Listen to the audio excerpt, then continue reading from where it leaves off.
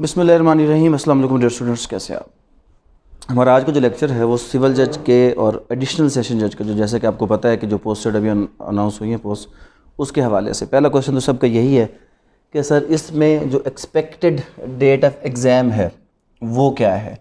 तो most probably 2.5 month और maximum 3 months जो हम फोकस करेंगे वो हम 3 मंथ्स को फोकस करेंगे। 3 मंथ्स का पीरियड जो है वो इसमें आपको इससे ज़्यादा बहुत मुश्किल है कि दिया जाए, क्योंकि कुछ लोग कह रहे नहीं जी वो 4 महीना टाइम मिल जाएगा, 5 महीने मिल जाएगा। एक चीज़ जहन में रख लें, जो आपकी आउटडेटेड पोस्ट होती है उसमें कभी भी एडिशनल टाइम नहीं दिया जाता। ये नवंबर में एग्ज़ाम होने चाहिए थे, ये पोस्ट तब आनी चाहिए थी, डिले हो गई। अब इसमें अगर कोई मैक्सिमम टाइम दिया जा सकता है तो वो 3 मंथ्स का टाइम ही दिया जा सकता है, इससे ज़्यादा बहुत मुश्किल है कि टाइम इसमें एक्सटेंड हो। तो फिर अगला सवाल ये आ जाता है कि सर क्या 3 मंथ्स में तैयारी पॉसिबल है या नहीं है। पॉसिबल है, बट अगर आप लोग 12 से 14 आवर्स पर डे तैयारी करें उस वक्त। अब उससे अगली बात, जो सबसे बड़ा सवाल यहाँ पर आपका है वो क्या है कि सर ये तैयारी कैसे करें। एक तो वो आपका ट्रेडिशनल वे है जिसमें बच्चा समझता है कि वो तैयारी कर रहा है, उसकी तैयारी हो चुकी है। इनफैक्ट उसकी तैयारी ना तो हुई होती है और ना ही उसको तैयारी कहा जाता है। वो क्या होता है कि आप कोई भी क्रैश कोर्स, कोई भी क्लास ज्वाइन कर लें, जो टीचर पढ़ा रहा है वो सुनते जाएं और उसके बाद आप कहें आपको समझ आ गई है, नहीं आई। समझ आई है या नहीं आई उसका पता कब चलेगा कि जब आप उसके बाद उस चीज़ को लिखेंगे, इवैल्यूएट करवाएंगे, तब आपको पता चलेगा कि आप लिखने के काबिल हुए या नहीं हुए। आपका समझ आना या ना आना वहाँ पे रिफ़्लेक्ट होगा जाके। तो लिहाजा अगर आप वाकई इसकी तैयारी करना चाहते हैं तो हर सवाल जिसको आप याद करें उसको लिखें, लिख के पहले ख़ुद क्रॉस चेक करें और फिर फर्दर हमें क्रॉस चेक करें, ताकि आपको पता चले कि आपने वो सवाल ठीक लिखा है या गलत लिखा है। दूसरी बात कि क्वेश्चन लेंथ के हवाले से हम पहला सवाल, पेपर की तरफ जाने से पहले, तैयारी शुरू करने से पहले कुछ बेसिक बातें कि जो हम पेपर देते हैं इस पेपर को अटेम्प्ट कैसे करते हैं। आप सब लोगों को लास्ट टाइम मैंने कुछ पेपर्स दिखाए थे, अगर याद हो।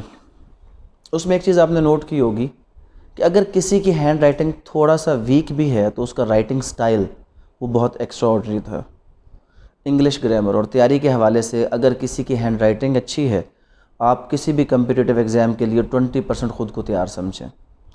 अगर आपकी English grammar extra ordinary, normal नहीं एक्स्ट्रा ऑर्डिनरी अगर है, तो आप किसी भी पेपर के लिए 50% तैयार हैं।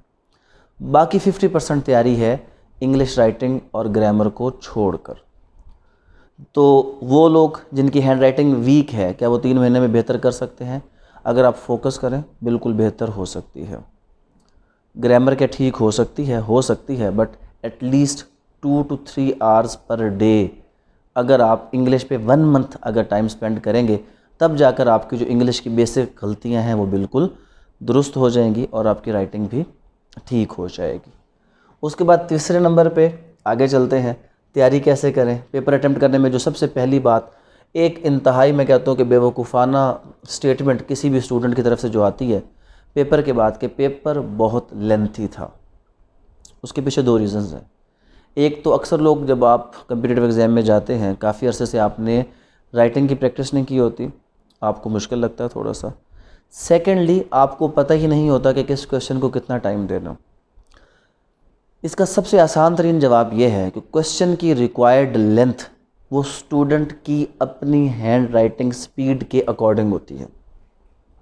क्या मतलब, आज आपको जो पहला टास्क जो अभी हम करेंगे, जैसे ये सेशन को हम दरमियान में पॉज करेंगे, तो एक पहला टास्क आपका क्या होगा कि हम ये देखेंगे कि एक पेज आप कितनी देर में लिख सकते हैं। मैं आपको एक पेज दूंगा, आप उसको पहले याद करेंगे। देख के लिखना और चीज़ होती है, याद करके लिखना और चीज़ होती है।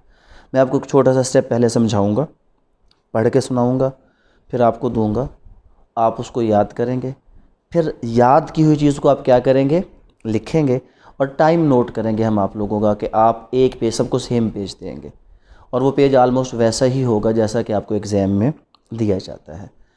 उससे क्या चीज़ डिटरमिन होगी, उससे ये है फॉर एग्ज़ाम्पल कि हमारा ये जो 1 पेज है, ऑलमोस्ट ये 1 पेज कितनी लाइंस का होगा, ये 1 पेज होगा 12 से 15 लाइंस का।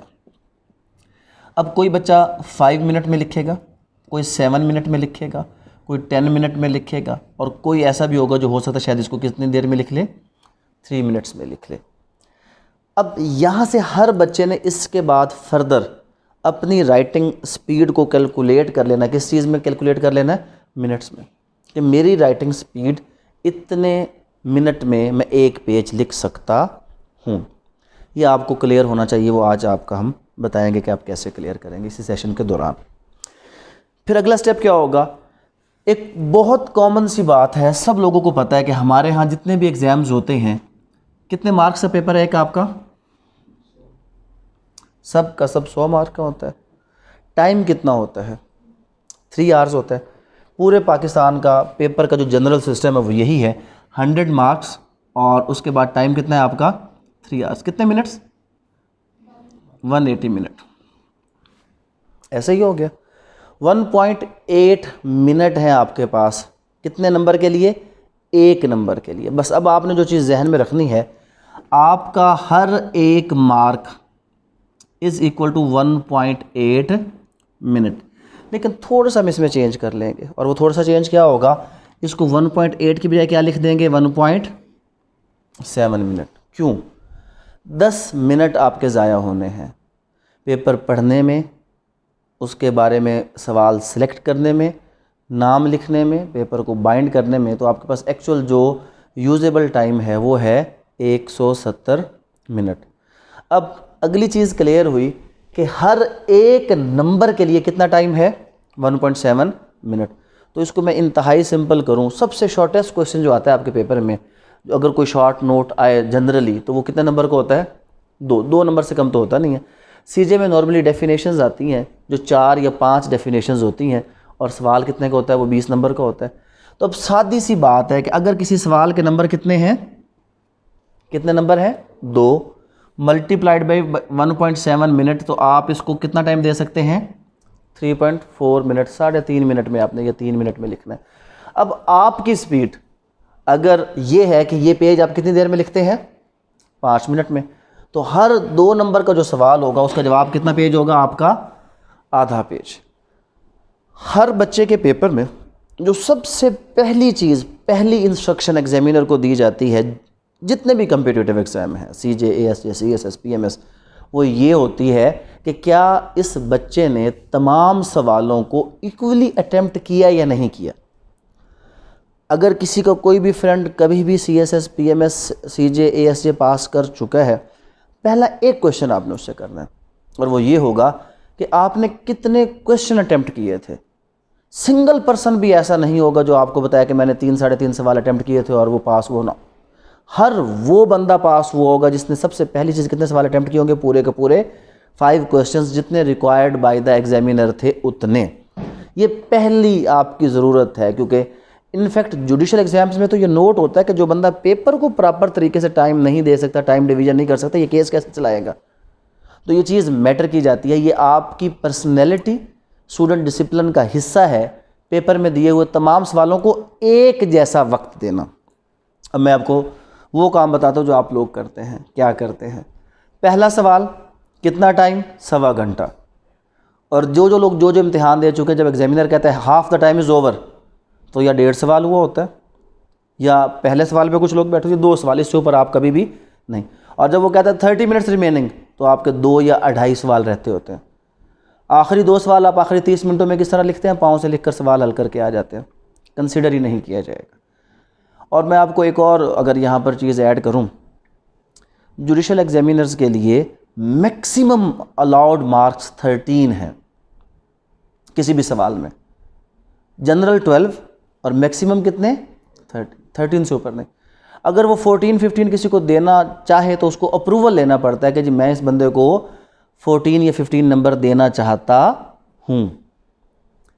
आपका अच्छा सवाल है तो 10 से 11 नंबर, एक्स्ट्रा ऑर्डिनरी है तो 12 से 13 नंबर। यानी कि अच्छे से एक्स्ट्रा ऑर्डिनरी सवाल के दरमियान मार्क्स का कितना फ़र्क पड़ता है? 1 या 2 नंबर। अब गौर से सुने, आप 3 सवाल एक्स्ट्रा ऑर्डिनरी लिख कर आ गए, 13 मल्टीप्लाइड बाई 39 नंबर आ गए। 2 सवाल किसी काम के नहीं होंगे, 2 2 3 3 नंबर, 45 नंबर। आप 5 के 5 सवाल लिख कर आए अच्छे, हर सवाल में नंबर मिला 11 से 12, 55 से कितने हो गए 60। एक्स्ट्रा ऑर्डिनरी वाला 40 से 45 में रह गया, और तमाम सवालों को इक्वल टाइम देने वाला बंदा क्या कर गया 55 to 60 मार्क्स ले गया। अब इक्वल टाइम कैसे देना है, ये जो हमारे यहाँ है पेपर, और ये हम भी पेपर बनाते हैं जानबूझकर, एक पेपर एग्जामिनर की एक आप कह लें कि ट्रैप करने के स्टूडेंट को एक टेक्निक होती है। द मोस्ट ईजीएस्ट क्वेश्चन हम टॉप पर लिखते हैं जिसमें पूरी किताब लिखी जा सके।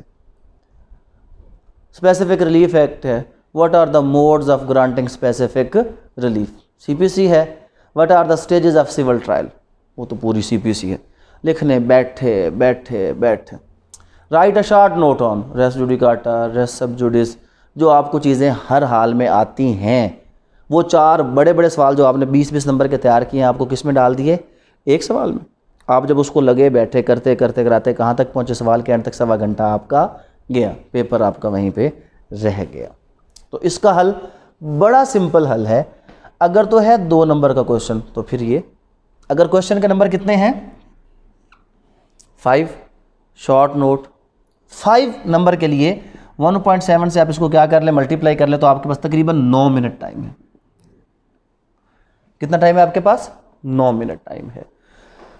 अब आपको ये पता है कि 9 मिनट में आप कितना लिख सकते हैं, तो जो 5 नंबर का क्वेश्चन होगा स्टॉप वॉच के साथ, घड़ी के साथ, आपने 9 मिनट से ऊपर उसको टाइम नहीं देना, चाहे आपको आता है भी सही, आप उसको क्या करें, क्लोज करें।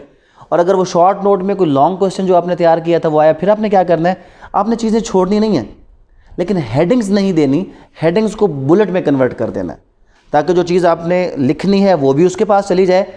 हेडिंग देने में जितना टाइम ज़ाया होता है, किसी और चीज़ में इतना टाइम ज़ाया, मार्कर खोलना, बंद करना, बॉल पॉइंट को यूज़ करना ना करना, ये सारी चीज़ें इसमें शामिल होती हैं। इन सब चीज़ों के साथ जब आप करते हैं तो क्या हो जाता है कि आपके 15 से 20 मिनट क्या होते हैं इसमें ज़ाया हो जाते हैं। तो सीजे के पेपर में, एएसजे के पेपर में 10 से 12 हेडिंग्स मोर देन इनफ होती हैं। इसमें वो बच्चों वाली जो आप हेडिंग्स देते हैं, relevant provision, case law definition, statutory definition, juris definition, ऐसा होता है ही नहीं।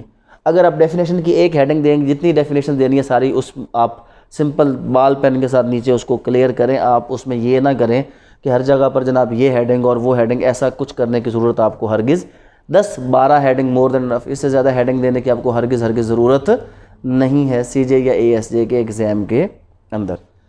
फिर क्या हुआ, ज़्यादातर जो पंजाब की बात करें तो सीजे एएसजे में जो सवाल आता है या वो 2 पार्ट का होता है या कितने पार्ट का होता है, वो 1 पार्ट का। 2 पार्ट का सवाल होगा तो कितने मिनट का होगा, कितने नंबर होंगे 10 मल्टीप्लाइड बाई 1.7, 17 मिनट। और उसके बाद अगर वो 20 नंबर का है तो 1.7 मैक्सिमम 34 या 35 मिनट। ये हर 20 नंबर के सवाल का एग्जैक्ट टाइम है। पहला सवाल 35 35 70 70 70 कितना हो गया जनाब 140, फिर 35 175 मिनट, 5 मिनट आपके ऊपर वाले जो आपने पेपर वगैरह। तो इस तरह हर सवाल को आपने क्या किया, जब आखिरी सवाल आपका 35 मिनट पहले स्टार्ट होगा तो डेफिनेटली उसी हैंड राइटिंग स्पीड के साथ, उसी खूबसूरती के साथ आखिर तक जाएगा जैसा आपका। ये सबसे पहली खूबसूरती जो पेपर में चेक की जाती है कि क्या बच्चे का पहला सवाल और आखिरी सवाल ये एक जैसा लिखा है या नहीं। और जितने ऐसे बच्चे होते हैं हम उनको हमेशा वेटेज देते हैं कि यार ये बच्चा अच्छा है, क्योंकि इसने हर सवाल को टाइम को मैनेज करके किया है, ये बच्चा ठीक है। तो लिहाजा आपको ये पता चला कि कभी भी पेपर लेंथी होता ही नहीं। जितने उसने नंबर दिए, अगर 5 नंबर पे उसने आपको कहा जी सिविल आप क्रिमिनल ट्रायल लिखें, तो 5 नंबर में क्रिमिनल ट्रायल का मतलब ये है कि लाजिम नहीं है कि आप क्रिमिनल ट्रायल की हर स्टेज को डिफाइन करें, सिर्फ ये है कि 9 मिनट। और 9 मिनट के अंदर क्या है, जिसकी स्पीड 2 पेपर है वो 2 पेज लिखे, जिसकी स्पीड 1 पेज है तो वो कितना पेज लिखेगा, 1 पेज ही लिखेगा। लेकिन कम से कम 5 मिनट में 1 पेज, को बहुत भी सुस्त होता है ना तो 5 मिनट में पेज लिखा जाता है, ये एक्स्ट्रा ऑर्डिनरी सुस्त बंदा होता है। वैसे आमतौर पर 3 मिनट में पेज लिखा जाता है।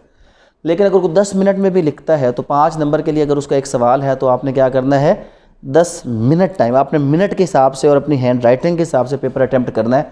आपने क्वेश्चन का वो नहीं देखना कि उसने ऐसा बड़ा टॉपिक दे दिया है, आपने जवाब अपने उसके अकॉर्डिंगली देना है कि जो टाइम आपको मैंने बता दिया और जो आपकी राइटिंग स्पीड है उसके मुताबिक, इससे अगली कोई भी बात आपने नहीं करनी। ये हो गया पेपर में टाइम डिवाइड करने का तरीकाकार। अब आगे चलते हैं, वो चीज़ें जो कभी पेपर में हमने तवज्जो दी ही नहीं होती, पेपर वाले दिन जाकर, पहले पेपर है शायद कुछ लोगों को अंदाज़ा हो जाता, कुछ को होता ही नहीं, और वो क्या है, सिलेक्शन ऑफ राइटिंग पेन, बहुत से भी ज़्यादा इंपॉर्टेंट। अनकंफर्टेबल हो 30% पेपर आपका इफेक्ट हो जाता है, हाथ थक जाता है, लिखा नहीं जाता, और अगर वो पेपर पे सही तरीके से ना चल रहा हो तो राइटिंग पेन की वजह से आपके राइटिंग स्पीड पे बहुत से भी ज़्यादा फ़र्क पड़ता है। अभी से अपने लिए एक राइटिंग पेन डिसाइड कर लें जो कोई ग्लिटर श्लिटर वाला ना हो, स्याही छोड़ने वाला, पेज पर स्याही फैलाने वाला ना हो। अगर जेल पेन से लिखते हैं तो अच्छा जेल पेन हो, अगर बाल पेन से लिखते हैं तो कोई अच्छा बाल पेन, उसके अभी से 1-2 पैकेट लेकर रख लें, उसी सेम पेन के साथ अपनी प्रैक्टिस करें, कोई और पेन यूज़ ना करें। और जिस पेन के साथ आपने पेपर देना हो वो ऐसा पेन हो, सरदार साहब की तरह नहीं करना, माचिस की डिबिया लेकर आ गए, घर आए, कोई डिबिया चली नहीं, उन्होंने घर वालों ने कहा ये क्या, ये तो कोई भी तीली नहीं चल रही। तो आगे से उसने कहा मैं तो सारी रास्ते में चला के चेक करके आया हूँ, सारी चलती थी। जब सारी चला के चेक कर ली तो अब कोई चलेगी या नहीं चलेगी, अब कोई भी नहीं चलेगी। तो ये नहीं कि पेन चला के बिल्कुल रवा करके ले जाएं और आखिर पे उस पर से लिखने के लिए कुछ बचे ही ना। जो भी पेन लेकर जाएं, आप सब लोगों को पता है कि जब आप नया पेन खोलते हैं एटलीस्ट आधा सफ़ा वो आपको तंग करता है, उसके बाद रवा होता है। एक पेज आपने क्या करना है, उससे पहले लिखना है वो एक पेन और उसका अल्टरनेटिव दूसरा पेन, वो आपके पास ज़रूर होना चाहिए। मार्कर का भी ऐसे ही है, एक मार्कर और एक उसका अल्टरनेटिव मार्कर वो आपके पास होना चाहिए। ये ज़रूरी है अगर आप पेपर में अच्छे तरीके के साथ ये करना चाहिए। और जो एक्स्ट्राऑर्डिनरी स्टूडेंट होते हैं वो टाइम कैसे सेव करते हैं, जो पेपर में मटेरियल भी ज़्यादा लिखते हैं लेकिन वो बहुत कम लोग होते हैं, हर बंदा ऐसा नहीं कर सकता। वो ये होते हैं, मैं क्या करता था, मैं ये करता था कि मैं कभी भी हेडिंग देते वक्त मार्कर और उसका कम्बिनेशन ये नहीं रखता था कि एक बार मार्कर खोली, लिखा, फिर उसके बाद बाल पेन, इसमें बहुत टाइम ज़ाया होता।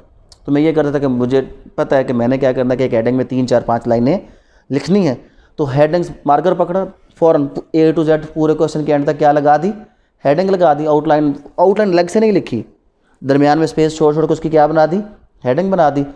उसके बाद मार्कर को किया बंद, जेब में डाला और फिर बाल पेन उठाकर वहाँ से लिखना शुरू कर दी। फिर इतना अगर आप में कॉमन सेंस हो कि सरकारी फ़िक्रे कैसे जनरेट करते हैं, ये सरकारी फ़िक्रे कैसे होते हैं। सरकारी फ़िक्रे का मतलब ये होता है कि अगर कोई भी आपकी स्पेसिफिक रिलीफ है तो उसका पहला सरकारी फ़िक्रा ये है कि specific relief act provides different modes of specific relief, जो हम खुद से बनाते हैं, ये सरकारी फ़िक्रे होते हैं। और अगर कभी ऐसा हो जाए कि आप इस तरह की हेडिंग लगा लें और आपके पास मटेरियल थोड़ा हो जाए तो 2 बार फ़िक्रा रिपीट नहीं करना, एक बार पॉजिटिव और एक बार नेगेटिव करके लिख सकते हैं। पॉजिटिव और नेगेटिव का मतलब क्या है कि अगर मैं लिखूं कि सहर is a good girl, it means she is not a bad girl, तो फिर सही है। अगर सहर इज़ अ गुड गर्ल, सहर इज़ अ गुड गर्ल, तो ऑटोमेटिकली क्या हो जाएगा, वो चीज़ वहाँ पे पकड़ी जाएगी। और उससे भी अहम बात जो अगर आपको पता हो वो ये है कि पेपर के अंदर कभी भी सही चीज़ ना लिखने का इतना नुकसान नहीं होता जितना गलत चीज़ लिखने का होता है। आपने गलत चीज़ लिखी, फ़ौरन पकड़ी गई, उसके ऊपर हाईलाइट हो गया, किस्सा ख़त्म। सही चीज़ नहीं लिखी, हो सकता है कि ओवरबर्डन बंदा बैठा हो तो उसमें वो चीज़ क्या हो जाए, स्किप हो जाए, उसको कोई और आपका पॉइंट अच्छा लग जाए, वो उसके ऊपर आपकी मार्किंग कर दे। बट गलत चीज़ लिखने से हमेशा क्या करना है, अवॉइड। पहले हम भी ये कहते थे कि जो केस लॉ है जिस तरह दिल करे लगा तो चल जाता था। अब मोबाइल आ गया, कंप्यूटर आ गया, अब जब भी आपको केस लॉ लिखते हैं, हम खुद ऐसे ही करते हैं। जुडिशल एग्ज़ाम में कोई भी पेपर हमारे सामने अगर आ जाए तो केस लॉ अगर उस पर लिखा हो तो कम से कम 1-2 केस लॉ कोई भी दरमियान से हम मोबाइल पे क्या करते हैं, उसको क्रॉस चेक करते हैं कि ठीक है या गलत। अगर गलत हो तो ये पूरा जहन बना लेते हैं कि इस बंदे ने पूरे पेपर में केस लॉ क्या लिखे होंगे, गलत लिखे होंगे। तो गलत लिखने वाली बात या इस तरह करके फेक, फ्रॉड, इस तरह की चीज़ कभी भी पेपर के अंदर आप हरगिज़ नहीं करेंगे। एग्जामिनर को बेवकूफ़ बनाना, ये आपकी सोच होती है कि आप उसको बेवकूफ़ बना लेंगे, वो बेवकूफ़ नहीं बनता, बल्कि इनफेक्ट आप बेवकूफ़ बन रहे होते हैं। इस चीज़ का आपने खुसूसी ख्याल रखना है। हेडिंग पर हेडिंग, ये इंतहाई बुरा तासर। हेडिंग पर हेडिंग का मतलब क्या है, ऊपर भी हेडिंग दी, दरमियान में कोई भी मटेरियल लिखे बगैर फिर हेडिंग दी, ये है हेडिंग पर हेडिंग। अगर ऐसी कोई ज़रूरत पड़ भी गई है कि स्टेजेस ऑफ ट्रायल, तो दरमियान में 2 सरकारी फ़िक्रे ऐड करते हैं कि सेक्शन फ़लाँ से फ़लाँ describes the stages of the criminal trial, तो फॉलोइंग आर द स्टेजेस, तो वो दरमियान में हेडिंग के ऊपर हेडिंग की बजाय दरमियान में क्या आ जाएगा, कोई ना कोई आपका मटेरियल आ जाएगा, हेडिंग पर हेडिंग नहीं होनी चाहिए। अब आगे नॉर्मली ज़रूरी भी है पेपर के हवाले से, मार्कर आपको अलाउ होता है, मार्कर और बॉल पॉइंट इसका कम्बिनेशन लेकर चलें, और कम्बिनेशन आपका ब्लैक मार्कर और ब्लू बॉल पॉइंट का जो कम्बिनेशन है वो सबसे सूटेबल और पेपर में अट्रैक्शन आ जाती है। अब पेपर को लिखना कैसे है, एक चीज़ जहन में रख लें, लाइन छोड़ना, लाइन ड्रॉप करना, ख़त्म कर दें, नीचे वाली लाइन आखिरी लाइन तक लिखना। और सबसे बुरी बात है एक्स्ट्रा लार्ज अल्फाज, पता नहीं किन लोगों में क्यों ये हरकतें आ गई हैं। एक्स्ट्रा लार्ज अल्फाज कभी देखे आपने? 2 लाइनों पर लिखे हुए एक्स्ट्रा लार्ज। एक तो ये है ना कि आपकी ये लाइन लगी होती है, तो हेडिंग अक्सर लोग क्या करते हैं, ये आपकी लाइन लगी हुई है तो अगर किसी ने हेडिंग देनी होती है वो एक्स्ट्रा लार्ज अल्फाज में देता है। वो कहता है जी कि ये लें, ये है टाइप्स, इस तरह करके ये 2 लाइन। ये बिल्कुल कोई राइटिंग पैटर्न नहीं है कि आपका कभी भी कोई लफ्ज़ 2 लाइनों पर चला जाए या उसमें फिर अगला लफ्ज़। अब एक और चीज़ जहन में रख लें, लिखते वक्त ऑल दो अब हम ये प्रैक्टिस छोड़ चुके हैं, बट जो भी पुराने एग्जामिनर हैं वो चेक करते हैं कि क्या आपने sky letters, root letters, cross जो भी सेंट्रल लाइन में आपने उसका ख्याल रखा है या नहीं रखा। जी को ऊपर ले गए, एफ़ को ऊपर, अभी हम एफ़ ऊपर वाली 3 लाइनों पे लिखते हैं। वो नोट करता है कि एफ़ की या तो नीचे वाली 3 लाइनें बनती हैं या एफ़ के वाले से 4 लाइन का जो लफ्ज़ है वो आपने पूरा लिखा है या नहीं लिखा। तो आपका पेपर इस माइंड सेट पर होना चाहिए कि आपको एटलीस्ट पता हो कि कौन से अल्फाज लाइन के दरमियान में है, कौन सा ऊपर है, कौन सा नीचे है, उसके मुताबिक आपने चलना है। और अपने हर पेपर के हर सवाल के जवाब को आपने 3 हिस्सों में डिवाइड करना है।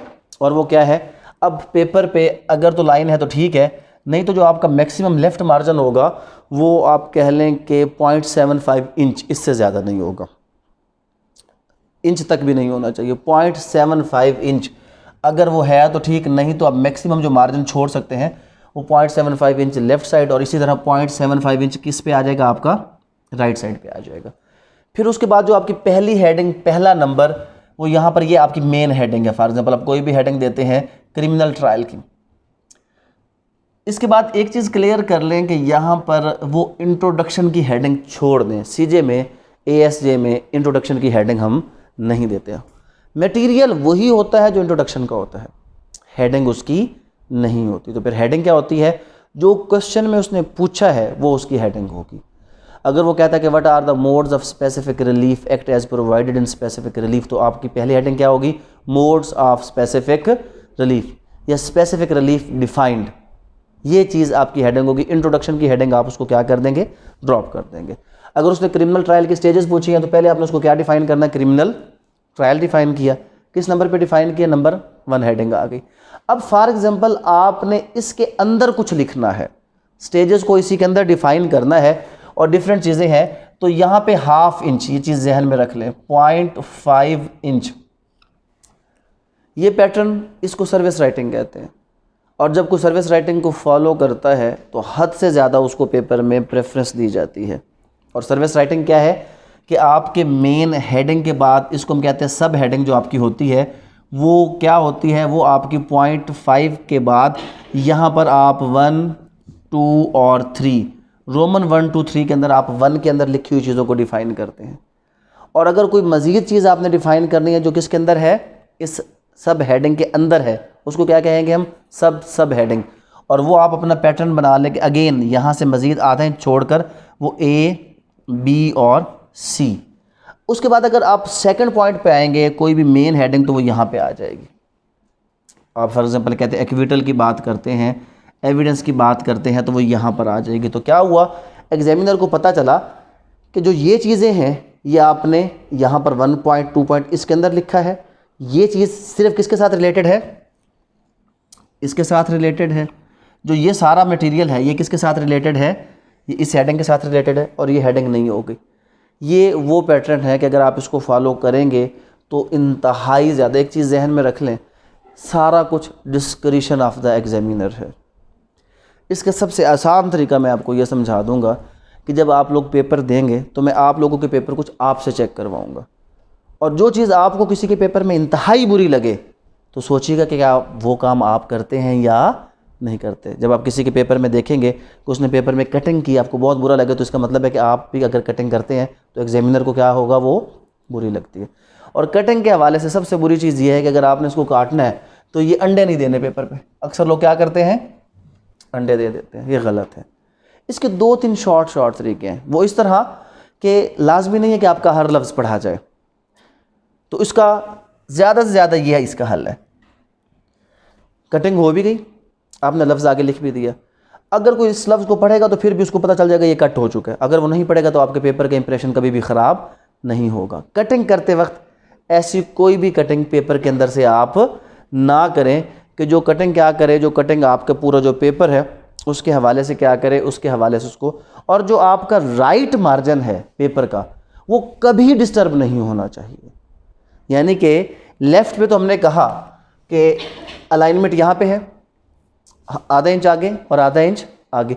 राइट पे आप स्टूडेंट हैं, आप कितनी प्रैक्टिस हो कि हर लफ्ज़ आपका क्या हो, लाइन पे एक जगह जाकर ख़त्म हो। और एक इंतहाई बुरी हैबिट जो इस लेवल पर आती है, जो इंटरनेशनली अलाउड है लेकिन एग्जामिनर उसको बुरा समझता है, और वो क्या है, जब आप लफ्ज़ को काट के डैश लगाकर आधी स्पेलिंग आगे लेकर जाते हैं। अक्सर आपने देखा होगा कि जी कंग रे इधर करके फिर उसके बाद आप यहाँ पर लफ्ज़ को पूरा कर रहे होते हैं, ये इंतहाई बुरा है। स्टूडेंट होने के नाते आपकी इतनी प्रैक्टिस होनी चाहिए कि आप किस तरह लफ्ज़ को आपस में प्रेस करके, थोड़ा सा मर्ज करके या लफ्ज़ को एक्सपेंड करके किस तरह आप उसको लाइन के अंदर क्या करते हैं, पूरा करते हैं। ये आपकी प्रैक्टिस कब होगी, जब आप बार बार इसको क्या करेंगे, लिखेंगे और फिर उसकी प्रैक्टिस करेंगे, तब ही आपकी ये प्रैक्टिस होगी। उसके अलावा आपकी ये प्रैक्टिस नहीं हो सकती। तो आज के बाद यहाँ पर जो डेली आपका पेपर होगा वो आपके पास ब्लैक और ब्लू मार्कर और बॉल पॉइंट का कम्बिनेशन होना चाहिए। सब लोग एक जैसे पेज लेंगे, सबका पेपर एक जैसे पेज पे होना चाहिए, घड़ी के वक्त के मुताबिक होना चाहिए। उसके अकॉर्डिंग आपने जो उसको नंबर दिए गए हैं उन नंबर्स के मुताबिक आपने अपना सवाल क्या करना है, अटेम्प्ट करना है। हेडिंग सब जो आपको नोट्स मिलेंगे उसमें भी ये चीज़ डिफ़ाइन की होगी, हेडिंग अलग होंगी, सब हेडिंग अलग होगी और सब हेडिंग अलग होगी। आपको कहाँ से पता चलेगा, जिसके ऊपर मेन नंबरिंग होगी 1 2 3 वो आपका क्या होगा, हेडिंग्स होंगी। जिसके ऊपर आपके रोमन 1 2 3 होगा वो सब हेडिंग होगा, और जिसके अंदर सब हेडिंग्स होगी वो आपका क्या होगा, ABC। तो अब पैटर्न से ही पता चल जाएगा कि ये जो ABC है ये किसी ना किसी रोमन के अंदर डेफिनेशन है, और ये जो रोमन है ये किसी ना किसी मेन हेडिंग के अंदर आप क्या कर रहे हैं, उसको फर्दर एक्सप्लेन कर रहे हैं। तो बात है मेन हेडिंग्स की, तो आपकी मैक्सिमम जो मेन हेडिंग्स है वो कितनी होनी चाहिए, 12। इससे ज़्यादा आपने मेन हेडिंग्स पर नहीं जाना। सब हेडिंग्स में कोशिश करें कि अगर कोई ज़्यादा से ज़्यादा आपकी जो ये वाली हेडिंग्स हैं इनको आप मार्कर में लाना चाहें तो ले आएँ, अदरवाइज़ अगर ये ज़्यादा बन रही तो इनको भी मार्कर में मत लाएं, ये सिंगल पेन के साथ चलाएं अगर आपके पास मटेरियल ज़्यादा है तो। मज़ीद अगर कहीं पर पेपर में कोई ब्लॉक बन सकता है तो ये बहुत ख़ास तौर पर जिनकी हैंड राइटिंग कमज़ोर होती है, हम उन बच्चों को एक मशवरा देते हैं कि आप अपने पेपर्स में ब्लॉक टेक्निक के ज़रिए से अपनी चीज़ों को एक्सप्रेस करें। क्या मतलब है कि अगर वो कोई ऐसी चीज़ पूछे तो उसका वो क्या करे, वहाँ पे जी सिविल ट्रायल है, सिविल ट्रायल या क्रिमिनल ट्रायल है, उसके ब्लॉक बनाए, फिर उसके बाद जनाब इसकी ये स्टेज फ़लाँ है, ये स्टेज। अब यहाँ पे क्या हुआ, यहाँ पर उसको क्लिक करके बता दिया गया कि क्या ये इसने ठीक अटैम्प्ट किया है या ठीक अटैम्प्ट। यहाँ से एक्चुअल मटेरियल पता चल गया उस बंदे को, जो बंदा चेक कर रहा है कि यार इसको स्ट्रक्चर पता है, इसको फ़्लो पता है या फ़्लो नहीं पता। ये सारी की सारी बातें उसको यहाँ से पता चल जाएंगी।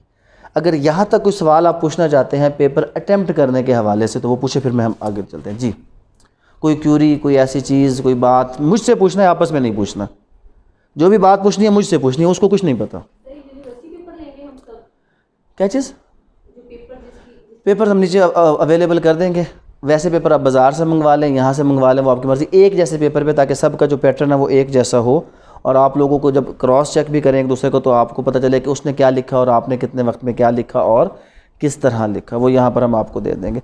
सर सब हेडिंग मार्जिन लाइंस में हम लिखते इसको क्या पेज पे, मैंने आपको बता दिया स्पेस वगैरह जो देनी है वो किस तरह देनी है कि राइट साइड पर क्या होगा, आपका कोई किसी किस्म का मार्जिन का डिफरेंस नहीं आएगा। कुछ लोग ये करते हैं लेफ़्ट मार्जिन के बाहर नंबर लगाते हैं, वो बुरा लगता है।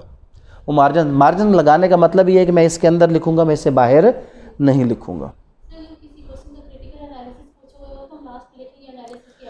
वो बिल्कुल लिखेंगे। उसमें एक चीज़, अगर सवाल के अटेम्प्ट करने के हवाले से मैं कुछ सवाल आपको पढ़ के बताऊं तो उसमें सबसे मेन चीज़ क्या होती है कि अगर उसने कोई आपसे चीज़ पूछी है कि आप इस पर ओपिनियन दें, इसको डिस्कस करें, इसको एनालाइज करें, इसको एक्सप्लेन करें, या आप किसी को सजेशन दें, तो जो चीज़ अगर उसने आपको फर्स्ट पर्सन में मुखातिब करके कुछ कहा है ना, अक्सर प्रोपोजिशन में क्या करता है कि जी ये आपके क्लाइंट को मशवरा दें, उसका जवाब फर्स्ट पर्सन में हो। वैसे आमतौर पर क्वेश्चन थर्ड पर्सन में चलते हैं।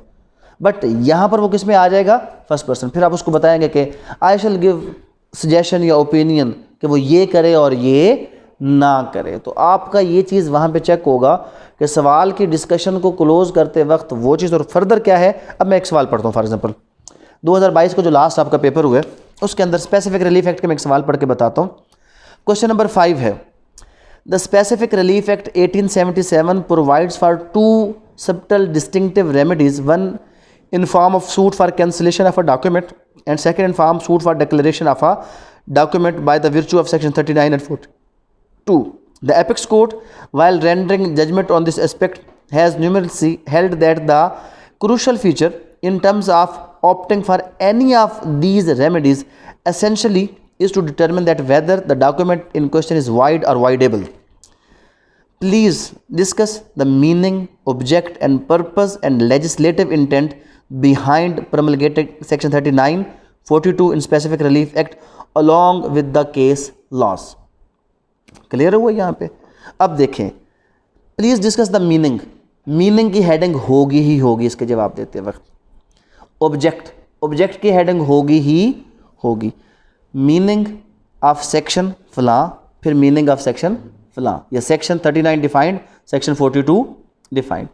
ऑब्जेक्ट ऑफ सेक्शन 39, दूसरा तरीका क्या है कि पहले 39 को आप लेकर चले, फिर आप 42 को लेकर चलें। 39 में सबसे पहले आपने क्या किया, उसको मीनिंग बताया, ऑब्जेक्ट बताया, पर्पस बताया, लेजिस्लेटिव इंटेंट बता दी। फिर 42 की ये चारों एस्पेक्ट्स आपने क्या किए, डिस्कस किए। उसके बाद अब आपने कंपेयर करना है कि इन दोनों में से कौन सी रेमेडी कहाँ एक्सरसाइज की जाएगी और कहाँ एक्सरसाइज नहीं की। अब कब आप ये डिस्कस करेंगे, जब आपको पता हो कि 39 में क्या है और 42 में क्या है। 39 क्या है, कैंसिलेशन ऑफ इंस्ट्रूमेंट, और 42 क्या है, डिक्लेरेशन। 39 कहता है कि जब कोई वाइड या वाइड एबल डॉक्यूमेंट किसी शख्स के पास हो और एप्रीहेंशन हो कि कोई बंदा उस डॉक्यूमेंट के ज़रिए से आपको नुकसान पहुंचाएगा। इनफैक्ट दोनों ही एक लिहाज से प्रिवेंटिव रिलीफ है। यहाँ पर प्रिवेंशन है कि कोई आपको नुकसान पहुंचाए ना, और दूसरे में क्या है, वो इसके उलट है। वो कहता है कि जब कोई लीगल राइट आपके पास हो और उसमें कोई फर्दर रिलीफ आपको ना चाहिए हो, तो तब आप 42 के मुताबिक क्या करेंगे, अदालत में। तो बेसिकली ये इसने किया क्या, जो आपने नोट्स पढ़े होंगे उसमें आपने 2 अलग सवाल पढ़े होंगे, एक कैंसिलेशन ऑफ इंस्ट्रूमेंट का पढ़ा होगा और एक आपने पढ़ा होगा डिक्लेरेशन का। तो आपने आसान तरीन इसका तरीका ये है कि अब एग्जिस्टिंग मटेरियल को भी तो यूज़ करना है ना। 39 वाला सवाल वो लिखते पहले, कंक्लूजन वगैरह नहीं लिखना, हेडिंग ये 4 के ऊपर। फिर अगला सवाल कौन सा लिखते, 42 वाला, और आखिर पे जाके आप बताएं कि ये दोनों रेमेडीज़ क्या ये को आप इसको एक साथ कंकरेंटली इस्तेमाल कर सकते हैं या नहीं कर सकते, क्या ये अल्टरनेटिव हैं या नहीं है, या ये एंटायरली क्या है, डिफरेंट है, कौन सी रेमेडी कहाँ इस्तेमाल होगी और कहाँ इस्तेमाल, ये इसका प्रॉपर क्या बनेगा आपका जवाब। अब अगला सवाल, discuss all instances grounds for refusal of injunction given in section 56 of the specific relief act. सिर्फ उसने मांग लिया specific relief act section 56 section पढ़े, उसमें कोई भी हेडिंग नहीं है। सवाल कहाँ से बनेगा, पहले आप बताएंगे कि स्पेसिफिक रिलीफ क्या होता है, कौन कौन से जनरल डिस्कशन में, उसमें वो केस ला आ जाएगा कि ये डिस्क्रिशनरी रिलीफ है, जितने स्पेसिफिक रिलीफ वाले सवाल हैं। उसके बाद इसका ऑब्जेक्ट आ जाएगा स्पेसिफिक रिलीफ एक्ट का, फिर आगे आएगा कि इंजंक्शन होती क्या है, फिर refusal of injunction. Refusal of injunction में सेक्शन 56 में जो उसने लाइंस लिखी है ना, हर लाइन को पहले आप किस में कन्वर्ट करेंगे, एक हेडिंग में। उस हेडिंग को फर्दर आप आगे क्या करेंगे, डिफाइन करेंगे, तब जाकर आपका सवाल पूरा होगा।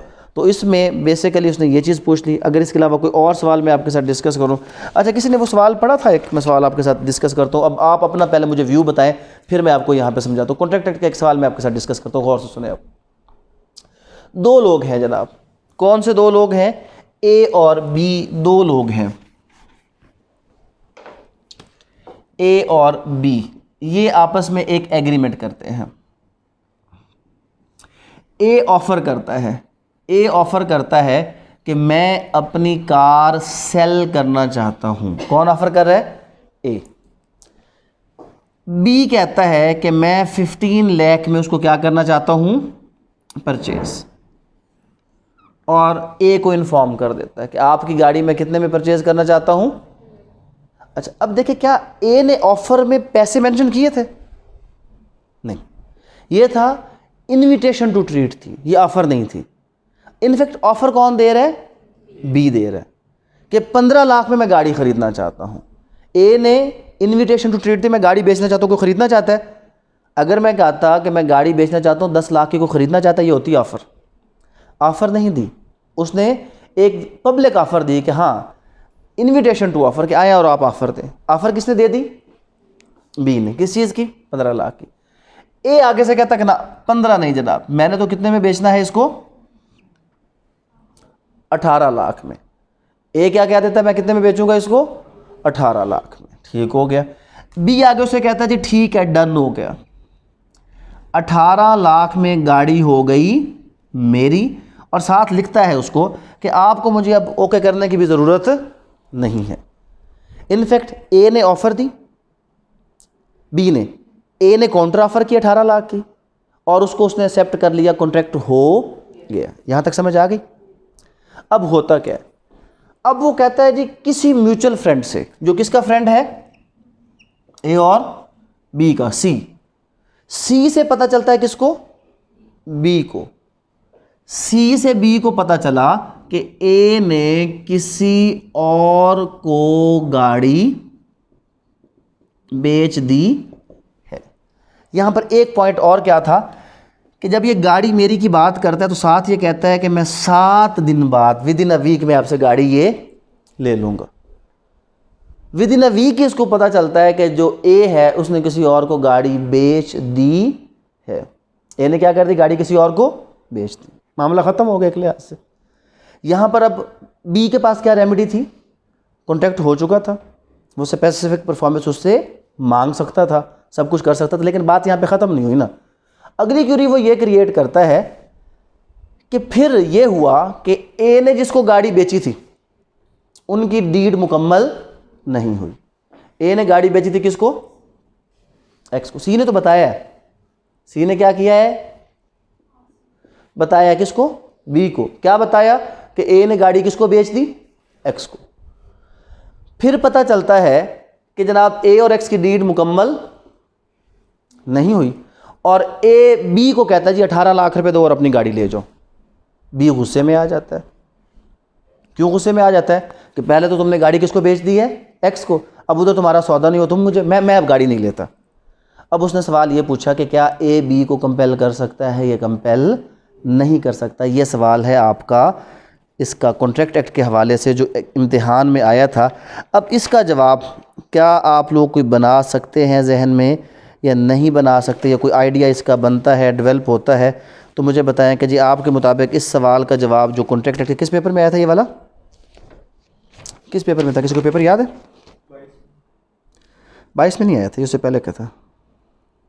ये है सवाल जनाब, ये 2017 में आया था। कहता जी कि knowing that Javed wanted to sell his car. Javed कौन हो गया यहाँ पे?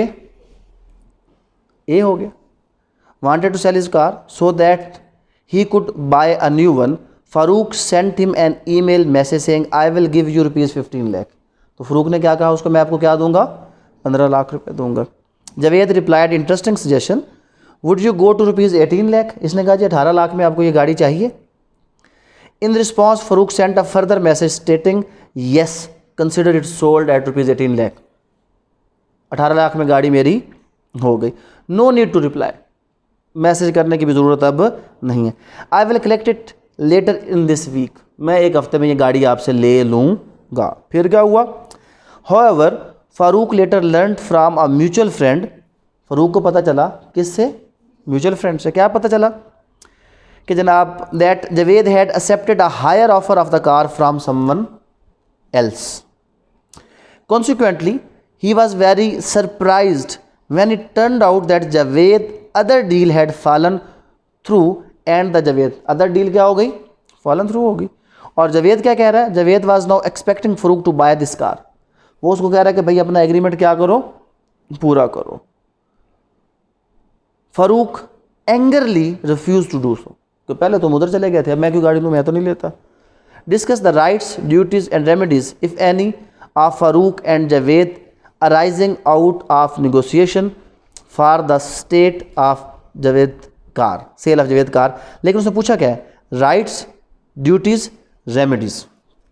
फोकस क्या होगा, राइट, ड्यूटी और रेमेडी। किसकी पूछी उसने, राइट, ड्यूटी, जो पॉइंट समझना है आपने।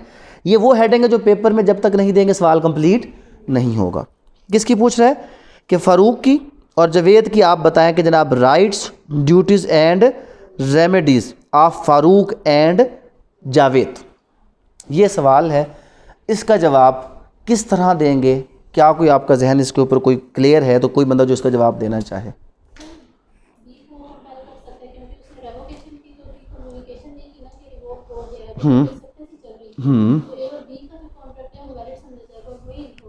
वही इन्फोर्स होगा। कोई और बंदा इसके बारे में? जी सर, जो उनका बी का कॉन्ट्रैक्ट है ना, वो कंप्लीट बी की तरफ से उसने रिफ्यूज किया है। ठीक है, कॉन्ट्रैक्ट तो हुआ ही नहीं। कौन सा वाला कॉन्ट्रैक्ट नहीं हुआ?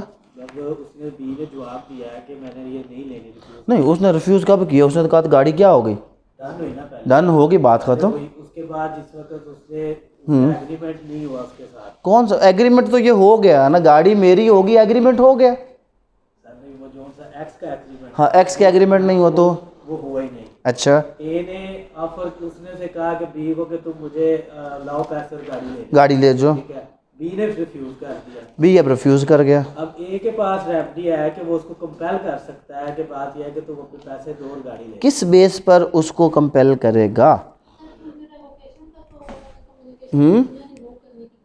एक्सेप्टेंस लिए ना। और कोई व्यू इसमें है किसी का? पेपर में जवाब देते वक्त किस सेक्शन का हवाला देंगे, ये सब कुछ किसके ऊपर बेस कर रहा है, क्या क्या इसमें बातें आएंगी। एक तो इसको क्वेश्चन की लेंथ को भी बढ़ाना है, हम इसको स्टेप वाइज डिस्कस करेंगे, प्रोबेबिलिटीज़ लेकर आएंगे कि अगर ये होगा तो ये होगा, क्योंकि हमने दोनों को राइट्स एंड ड्यूटीज़ की बात करनी है। यहाँ पर जो आपका व्यू है वो बिल्कुल ठीक है। बेसिकली जो एक्चुअल कॉन्ट्रैक्ट हुआ है वो ए और बी का हो गया है। कॉन्ट्रैक्ट किसके दरमियान है? ए और बी के दरमियान। इसमें सेक्शन 5 है जो इन्वॉल्व है। सेक्शन 5 क्या कहता है? सेक्शन 5 कहता है revocation of proposal and acceptance. In fact ये बंदा जो बी है ये क्या करना चाहता है, अपनी अगर एक्सेप्टेंस को रिवोक, इनफैक्ट रिवोक ही कर रहा है ना, कि जी मैंने तो एक्सेप्ट किया ही नहीं है। और अगर यहाँ पर सिचुएशन थी तो ए क्या कर रहा था, अपने प्रपोजल को क्या कर रहा था, रिवोक कर रहा था। लेकिन बात ये है कि जब इन दोनों के दरमियान ये कम्युनिकेशन कंप्लीट हो गई तो अब ना ए रिवोक कर सकता है और ना ही बी रिवोक कर सकता है। अब ये कॉन्ट्रैक्ट पूरा हो गया। क्यों? सेक्शन 5 कहता है a proposal may be revoked at any time before the communication of its acceptance. जो ऑप्शन थी इसको रिवोक करने की, 18 लाख पे ख़रीदने या ना ख़रीदने की, वो थी ये कम्युनिकेट करने से पहले पहले। जब वो कम्युनिकेट हो गई अब ये आपकी ऑफ़र और प्रपोज़ल ये रिवोक नहीं हो सकता। इसी तरह आगे क्या है, but not afterwards an acceptance may be revoked at any time before the communication of the acceptance is complete as against the acceptor but not afterwards. इसी तरह जो इसने एक्सेप्टेंस दी इस तक पहुंचने से पहले क्या हो सकती है, वो रिवोक हो सकती है, बाद में नहीं हो सकती। और जनरल क्या है कि जब किसी एक्सेप्टेंस को उस वे में पुट कर दिया जाए, यहाँ पर वे क्या है, ईमेल है, जब वो वहाँ पे पहुँच गया तो ये एक्सेप्टेंस और कम्युनिकेशन कंप्लीट हो गई, ये कॉन्ट्रैक्ट हो गया। अब अगर ए बी ने सुना सी से कि ए ने किसके साथ एग्रीमेंट किया, एक्स के साथ, हाँ, अगर ये ए और एक्स का एग्रीमेंट कंप्लीट हो जाता तो फिर बी का हक था कि बी क्या करता, इससे स्पेसिफिक परफॉर्मेंस क्लेम करता या डैमेजेस क्लेम करता और अपने राइट उससे मांगता। लेकिन क्योंकि ये कॉन्ट्रैक्ट पूरा हुआ ही नहीं और इस कॉन्ट्रैक्ट को पूरा करने से पहले जो है वो कोई किसी किस्म का आपने यहाँ पर क्या किया, यहाँ पर इसने इसको इंटीमेट नहीं किया, तो कॉन्ट्रैक्ट एक्ट में कोई प्रिवेंटिव रिलीफ है ही नहीं कि जिसमें वो ये कहे कि जी वो गाड़ी बेच रहा है, उसको गाड़ी बेचने से रोका जाए। ये तब राइट क्रिएट होता अगर गाड़ी बिक जाती, तो गाड़ी बिकी नहीं तो लिहाजा जो ए और एक्स का एग्रीमेंट है उसका कोई रिकॉर्ड है ही नहीं, वो ए और बी के कॉन्ट्रैक्ट को अब किसी भी सूरत में अफेक्ट नहीं करेगा। ए का राइट है कि वो क्या करेगा, यहाँ पे स्पेसिफिक परफॉर्मेंस क्लेम कर सकता है, और बी की ड्यूटी है कि वो इसको क्या करेगा, परफॉर्म करेगा। बी अब इससे इनकार नहीं कर सकता। लेकिन इसकी हेडिंग क्या होगी, हमने नाम लिखकर, जो उसने नाम बताया, किसका किसका नाम बताया, कि एक जवेद बताया, एक दूसरा नाम बताया, उसके राइट्स, उसकी ड्यूटीज़, और इस तरह उसकी जो अगर कोई ऑब्लिगेशंस इस कॉन्ट्रैक्ट से अराइज होती है, सारी सिचुएशंस। एक सिचुएशन ये बनेगी कि अगर ए का जो XYZ के साथ कॉन्ट्रैक्ट अगर वो पूरा हो जाता तो rights of Farooq in case of completion of the other agreement, तो फिर हम कहते हैं कि स्पेसिफिक परफॉर्मेंस भी ले सकता था, ये डैमेजेस भी ले सकता था, ये सारा काम कर सकता था। लेकिन अगर ऐसा कुछ नहीं हुआ तो ए और बी का contract as per section 5 of the contract act revoke क्योंकि नहीं हुआ, ना हो सकता है, वो इंटैक्ट है, लिहाजा वो इंटैक्ट रहेगा। और उसकी स्पेसिफिक परफॉर्मेंस करना किसकी जिम्मेदारी है, बी की जिम्मेदारी है। बी इसको डिनाई नहीं कर सकता। तो ये इसका प्रॉपर क्या हो जाएगा, जवाब बन जाएगा। यहाँ पर स्पेसिफिक परफॉर्मेंस का हल्का सा जिक्र, लेकिन ज़्यादा क्या है, डैमेजेस, क्योंकि कॉन्ट्रैक्ट एक्ट किसके ऊपर फोकस करता है, डैमेजेस। क्योंकि रेमेडीज इसमें क्या है, इसमें पहली रेमेडी हमने देनी है कैंसिलेशन, दूसरी रेमेडीज़ कौन सी आएंगी, सेक्शन 68, 970 उसका हवाला देंगे, जो कॉन्ट्रैक्ट एक्ट की रेमेडीज़ वहाँ पर दी गई हैं, वो हम बताएंगे कि जी ये रेमेडी कॉन्ट्रैक्ट एक्ट के मुताबिक सेक्शन 60 के मुताबिक ये है और ये है। अब यहाँ पर इन दोनों के दरमियान क्या है, यहाँ पर इन दोनों के दरमियान ये है कि ये इसको कंपेल कर सकता है कि अपना पार्ट परफॉर्म करो, ये इसको कंपेल नहीं कर सकता, क्योंकि कोई भी proper revocation of the proposal या एक्सेप्टेंस नहीं हुई, कॉन्ट्रैक्ट स्टिल इंटैक्ट है और इन्फोर्सेबल है। ये इसका प्रॉपर जवाब होगा किसी भी तरह से जो आपने देना होगा। लेकिन तरीकाकार वही होगा कि जब प्रोपोजिशन आएगी तो यहाँ पर आप पॉइंट्स ऑफ डिटर्मिनेशन की एक हेडिंग देंगे, और पॉइंट ऑफ डिटर्मिनेशन में पहला पॉइंट ऑफ डिटर्मिनेशन क्या होगा कि आप लिखेंगे कि उसमें जो ए और बी का जो कॉन्ट्रैक्ट है उसकी लीगल जो हैसियत है वो क्या है, इसी तरह ए का कॉन्ट्रैक्ट किसी और के साथ उसकी लीगल हैसियत क्या है, ये पॉइंट ऑफ डिटर्मिनेशन होंगे। फिर उसके बाद आप बताएंगे कि पहला पॉइंट क्या ये हुआ या नहीं, फिर आप कॉन्ट्रैक्ट के सारे एसेंशियल बताएंगे कि जी यहाँ पे ये कॉन्ट्रैक्ट हो चुका है, ये एक लीगल कॉन्ट्रैक्ट है। हाँ, अगर ये कॉन्ट्रैक्ट होता तो फिर फ़रूक के पास राइट आ जाता कि वो कुछ भी कर सकता था अगर ये कॉन्ट्रैक्ट पूरा नहीं हुआ। और अगली बात है कि इस कॉन्ट्रैक्ट के हवाले से ए ने बी को नहीं बताया, किसने बताया है, थर्ड पर्सन ने बताया। तो अगर वो ए रिफ्यूज़ करे कि जनाब नहीं, मेरी आपके साथ बात हुई, जो मर्जी होता रह जाए, मेरी बात किसके साथ है, आपके साथ, हमारा कॉन्ट्रैक्ट स्टिल इंटैक्ट है, मैंने उसको रिफ्यूज़ नहीं किया, तो वो कॉन्ट्रैक्ट आपका रिफ्यूज़ काउंट नहीं होगा। लेकिन जब भी ऐसा कोई भी सवाल आएगा तो उसमें आपके जो सेक्शन के रेफरेंस है वो क्या होंगे, साथ साथ उसमें देने होंगे। सेक्शन 5 है जो रेवोकेशन के हवाले से है, फिर डैमेजेस और रेमेडीज़ की अगर उसने बात की है तो आपके पास जो कॉन्ट्रैक्ट एक्ट में रेमेडीज़ जहाँ पर मौजूद है आप उसको हवाला देंगे कि कॉन्ट्रैक्ट एक्ट में कौन कौन सी रेमेडीज़ मौजूद है जो consequences of the breach of the contract की सूरत में मौजूद है। 73 कंपनसेशन फॉर लॉस और डैमेजेस की सूरत में है।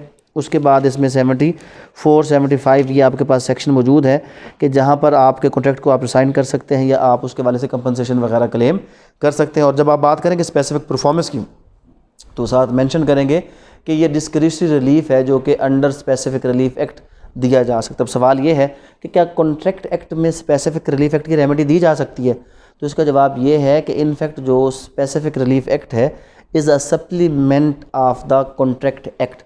वो आया ही इसलिए था कि कॉन्ट्रैक्ट एक्ट में जो रेमेडीज़ नहीं दी गई वो रेमेडीज़ प्रोवाइड करे और उसके अकॉर्डिंग आप क्या करें, उसके अकॉर्डिंग आप ये सारा मामला करें। अब हम अगले स्टेप की तरफ चलते हैं। जो मैंने आपको बताया है कि मेन चीज़ यही है कि यहाँ पर जब आप कुछ सुन रहे होंगे को थोड़ी सी समझ आ गई होगी लेकिन नहीं आती, ये वो तैयारी है जो आप करेंगे तो होगी, सुनने से या समझने से ये बिल्कुल नहीं होनी, ये लिखने और पढ़ने से होगी। ग्रुप ओपन कर लें, उसमें मैंने नोट्स शेयर किए होंगे। एक शॉर्ट सा नोट होगा स्पेसिफिक रिलीफ एक्ट के हवाले से, वो यहाँ पर शेयर हुआ होगा।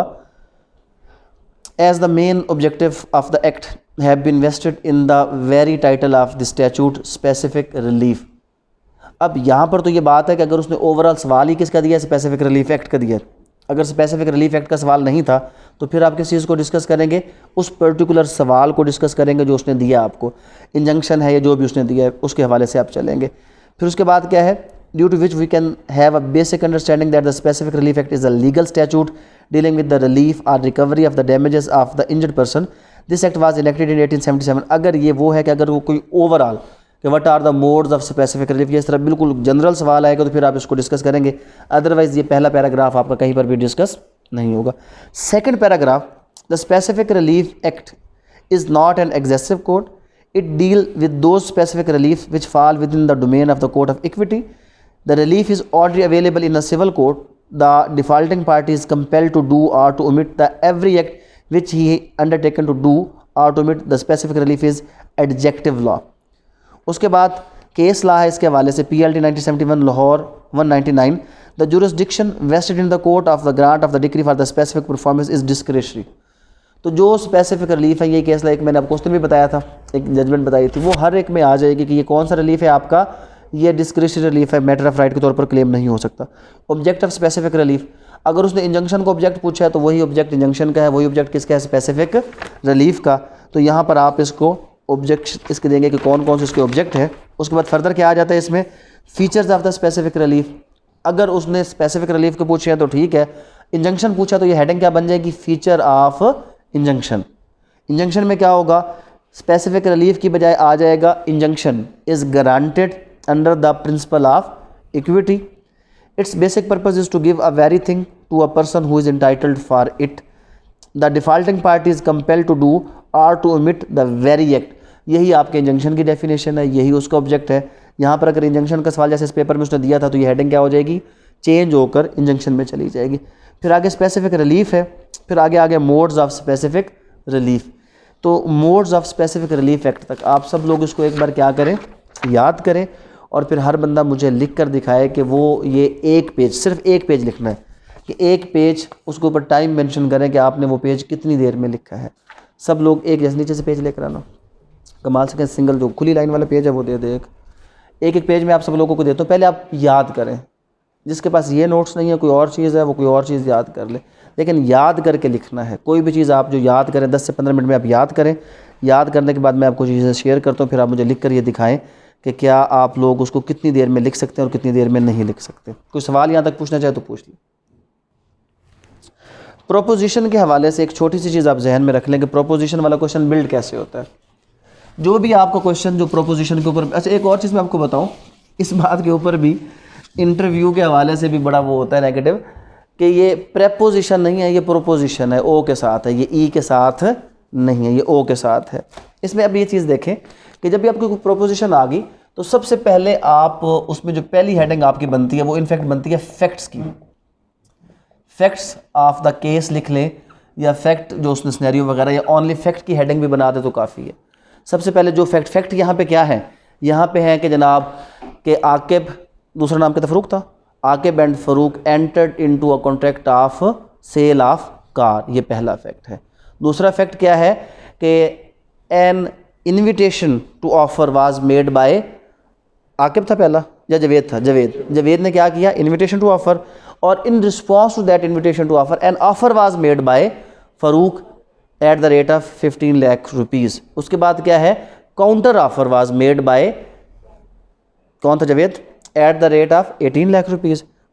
फोर्थ पॉइंट क्या हो जाएगा, acceptance of counter offer by Farooq. Next क्या हो जाएगा, completion of acceptance and its communication, और साथ ही हम लिखेंगे जी कॉन्ट्रैक्ट इस तरह क्या हो गया, फ़ारूक और जवेद का कॉन्ट्रैक्ट यहाँ पे कंप्लीट हो गया. अब आगे जी पॉइंट ऑफ डिटर्मिनेशन. पहला पॉइंट ऑफ डिटर्मिनेशन क्या है कि legal value of sale of car of Javed to someone else. दूसरा, legal value of contract of Javed and Farooq. उसके बाद डिनायल ऑफ द फ़ारूक. फिर आगे जो उसने पॉइंट दिया आपको क्या, कि rights and duties of the parties, ये भी किस में आ जाएंगे, पॉइंट ऑफ डिटर्मिनेशन में आ जाएंगे. रेमेडीज़, ये भी पॉइंट ऑफ डिटर्मिनेशन में आ जाएगा. अब पहला फैक्ट का हेडिंग और दूसरा किसका हेडिंग हो गया आपका, पॉइंट्स ऑफ डिटर्मिनेशन. आपने करना क्या है, जब हमने कोई पॉइंट ऑफ डिटर्मिनेशन बयान करना है, जैसे मैंने आपको कहा कि पॉइंट ऑफ डिटर्मिनेशन में फॉर एग्जांपल आप कहते हैं कि लीगल वैल्यू आपने बतानी है. किसकी लीगल वैल्यू बतानी है, legal value of contract of Javed and Farooq. अब आप इसका हवाला देंगे जावेद और फ़ारूक के हवाले से. अब यहाँ पर जब इसको आप जवाब देने लगेंगे ना, तो आप शुरू ही कहाँ से करेंगे, as per section 5 of contract act 1872, कि जब एक्सेप्टेंस की कम्युनिकेशन हो जाए it can not be revoked. अब ये लॉ की बात कर दी, होता क्या है इसमें, पहले अपने पॉइंट ऑफ डिटर्मिनेशन में किसकी बात करनी है, लॉ की, फिर बात करनी है फैक्ट की, और फिर आपने फाइनल उसको, जिस तरह ये बेसिकली जो आपका प्रोपोजिशन होता है ये बिल्कुल जजमेंट की तरह होता है। जजमेंट के अंदर हम इशू फ्रेम करते हैं, यहाँ पर हम पॉइंट ऑफ डिटर्मिनेशन कहते थे, होते ये वही इशू हैं। इशू फ्रेम करने के बाद वहाँ पर हर इशू को क्या करते हैं, पॉजिटिव या नेगेटिव में डिसाइड करते हैं। यहाँ पे हर पॉइंट ऑफ डिटर्मिनेशन को आपने कंक्लूड, हर पॉइंट कंक्लूड होगा। और वो कंक्लूड कैसे होगा कि सेक्शन 5 ये कहता है कि जब एक्सेप्टेंस कंप्लीट हो जाए तो ये रिवोक नहीं हो सकती। इन द प्रेजेंट सिनेरियो और in the present case Farooq और जावेद के कॉन्ट्रैक्ट की एक्सेप्टेंस कंप्लीट हो चुकी है, लिहाजा अब ये रिवोक हो नहीं सकती, तो वो कॉन्ट्रैक्ट वैलिड है, इन्फोर्सेबल एट लॉ है। ये पॉइंट आपका क्या हो गया, क्लोज हो गया। अब दूसरा कि legal value of the contract of Javed with someone else, तो उसमें यह है कि अगर वो कॉन्ट्रैक्ट पूरा हो जाता तो जावेद वायलेशन करता अपने उस कॉन्ट्रैक्ट की जो उसने किया था फ़ारूक से। इन दैट सिनेरियो फ़ारूक क्या कर सकता था, उसको कंपेल कर सकता था कंपनसेशन के लिए, डैमेजेस के लिए या स्पेसिफिक परफॉर्मेंस के लिए, क्योंकि वो कॉन्ट्रैक्ट हुआ ही नहीं और डायरेक्ट कम्युनिकेशन फ़ारूक और जावेद की नहीं हुई, लिहाजा वो कॉन्ट्रैक्ट इस कॉन्ट्रैक्ट को अफेक्ट नहीं करेगा। तो यहाँ पर right and duties of the parties ऐसी ही होंगी जैसे कि एक genuine original contract of Farooq और जावेद की होनी चाहिए, जिसमें जो पार्टी डिनाई करेगी वो उसकी रिस्पॉन्सिबल होगी।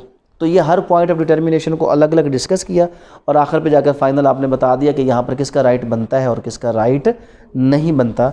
ये आपका तरीक़ाकार होगा किसी भी कॉन्ट्रैक्ट के हवाले से, किसी भी सवाल के हवाले से जो प्रोपोजिशन के ऊपर बेस करता है, उसके बाद आप उसको इस तरह करके। और एटलीस्ट इसका जो एक और चीज़ कि जी वो मैंने सुना जी ज़्यादा लिखने से बंदा फेल हो जाता है, थोड़ा अगर ज़्यादा इररेलेवेंट लिखा होगा तो बंदा फेल ही होगा, इसमें कोई शक नहीं है।